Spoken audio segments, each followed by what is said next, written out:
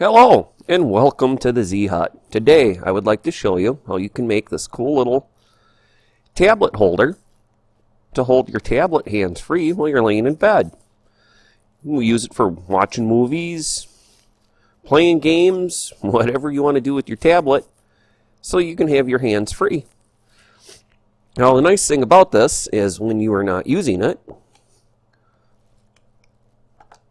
the tablet holder removes and this just simply pulls out and you can store it under the bed, and when you need to use it again you just take it out and stick it back in.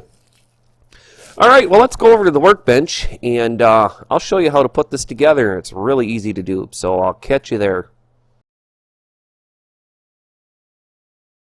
Alright, I've got the tablet holder removed from the bed. Now, this could also be used for a cell phone. You just want to make a slightly smaller version of this. And for the construction of the actual holder itself, I have another video I went through on how to make just this, because this can be used for lots of other things for holding. I originally designed it for going on a light stand or a tripod, so I can use it for doing these videos as a teleprompter. But also, you take it off, it can be used as a table holder to angle it. It puts it at about a 45-degree angle. It works great for that. I didn't even, when I was building it, wasn't even thinking of that, and I was setting it on the table. I'm like, wow, that works great for that too, so there was another use for it. But yeah, just look in the description below, and I did a really good video on just the construction of the tablet holder itself. For this video, I wanted to go over how to make the mount for going onto your bed. And it's just simple, half-inch PVC pipe. There's maybe $2, maybe $3, because the fitting's worth of material. In this, there's about $4 or $5 of material in the tablet holder itself. But, I didn't glue it, but now if you tried to put the tablet on here normally, this would fall. But the thing is this goes in between your mattress and box spring. You slide this in there, and then this will push up against your mattress, so it's not going to fall. Now, you could glue this if you want to. I just wouldn't glue the connection right here. That way, I leave this normally on the bed, and I can just pull this off and stick it underneath the bed. Simple.